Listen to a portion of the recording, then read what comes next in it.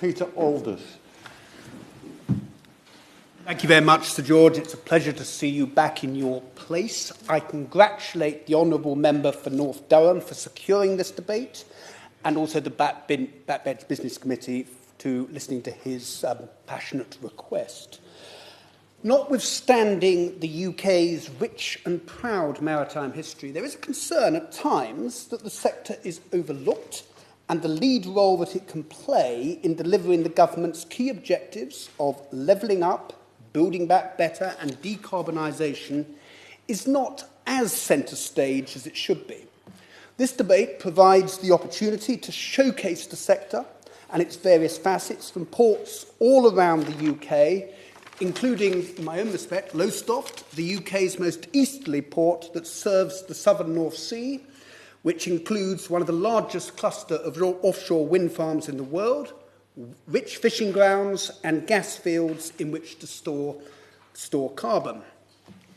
Lowestoft has an illustrious maritime past, being the former fishing capital of the southern North Sea, a crown that it wishes to regain, and the home of two great shipbuilders, Richards and Brook Marine, which both have sadly long gone.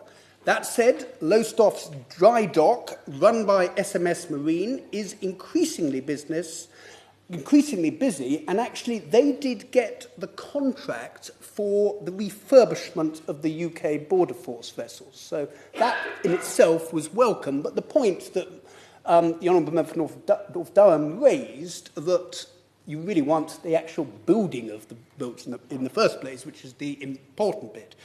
New businesses are moving in, such as SSE and Scottish Power Renewables, with their operations and maintenance bases in the port, and associated British ports have exciting plans for the future, and it's vital that national government provide the right policy framework so that these can be realised. Now, these plans, ABP's plans, are focused on LEAF, that's Lowestoft Eastern Energy Facility, which over the next 5 years should bring significant upgrades to facilities in the outer harbour, creating key capabilities to support the UK's journey towards achieving net zero. This project will deliver infrastructure that will ensure that the port can accommodate the next generation of offshore support vessels. The facility will provide a site that is suitable for operations and maintenance activities, in addition to a quayside suitable for construction support. This is an investment estimated at around £25 million that will enable the Port of Lowestoft to add to the £30 million per annum already that it contributes to the local economy. In doing so, the project will help reach net zero and complements well the government's levelling up ambitions. Sir George, from LEAF, it's appropriate for me to move on to REEF. That is the renaissance of East Anglian fisheries. In 2018, the local fishing industry came together with local councils, the New Anglia, LEP and Seafish to produce a report on how to revive the local fishing industry as the UK left the EU. The report was launched here in the House of Commons in October 2019. Following the trade and cooperation agreement reached with the EU at the turn of the year, which frankly was a letdown for so many, the strategy has been revised to take into account the setting and policies within which the fishing industry now has to work. Initial funding has been secured to implement the strategy, and while I'll not go through the 11 recommendations in full, I will highlight the following features which complement the aspirations of other maritime sectors and fit in well with the government's levelling up and decarbonisation agendas. Firstly, the need to embrace the industry's whole supply chain, that's from the net to the plate. Secondly, the importance of ensuring that it is local communities, local people and local businesses that benefit from a revived industry. Thirdly, the importance of reducing CO2 emissions. The report recommends that all offshore demersal vessels fishing in the southern North Sea part of the UK's exclusive economic zone should in due course be restricted to 500 horsepower. Fourthly, the need to invest in supporting port, marketing and processing infrastructure. And finally, the importance of attracting and training new entrants to the industry, which East Coast College in Lowestoft will be doing and have set up a new course. Now, Sir George, as I go on about fishing, I see perhaps the Minister's eyes may be glazing over because he is saying, well, what's this got to do with me? This is for the Fisheries Minister in DEFRA. And I think, Sir George, this perhaps highlights a particular challenge that the maritime sector faces, that it touches on the work of a very large number of departments. The Minister himself is from the Department for Transport, BAYS, Ministry of Housing, Communities and Local Government, which is overseeing the levelling up agenda, DEFRA with the Fisheries Minister, and, as we've heard, the MOD when it comes to contracts for the Navy. And that's 5. And I think this emphasises the need for joined up and coordinated government, and I hope that in his summing up, the Minister will confirm that this is happening.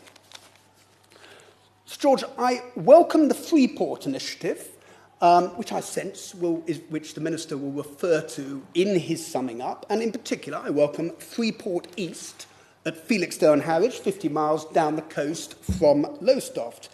However, I would just express a note of caution, and I emphasise the importance for government of not jumping from one intervention to the next catchy initiative, but also actually continuing to see through proven strategies that are already up and running. Now, the Lowestoft and Great Yarmouth Enterprise Zone, set up in 2012, like other enterprise zones around the country, has been very successful.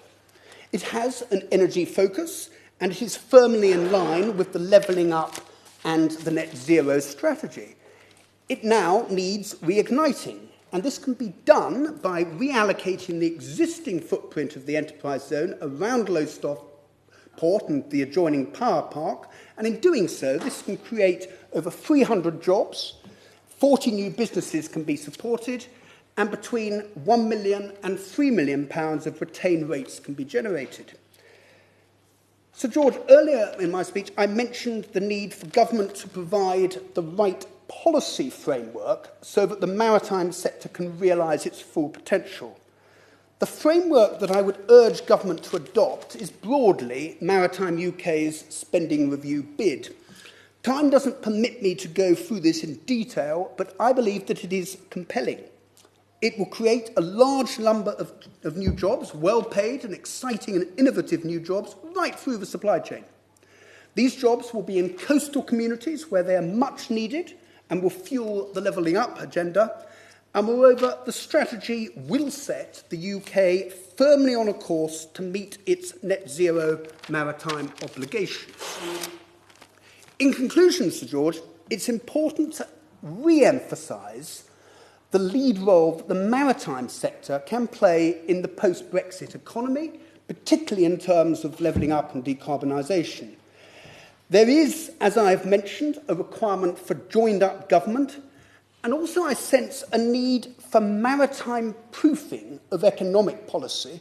I say this having just read the Salvation Army's report on the levelling up agenda, which concludes that coastal communities haven't been properly recognised in the place prioritisation that has accompanied both the Levelling Up Fund and the Community Renewal Fund, and I hope that in his summing up, the Minister can allay any concerns that I may have in this respect. Thank you. Alistair Carmichael. Thank you very much, Sir George.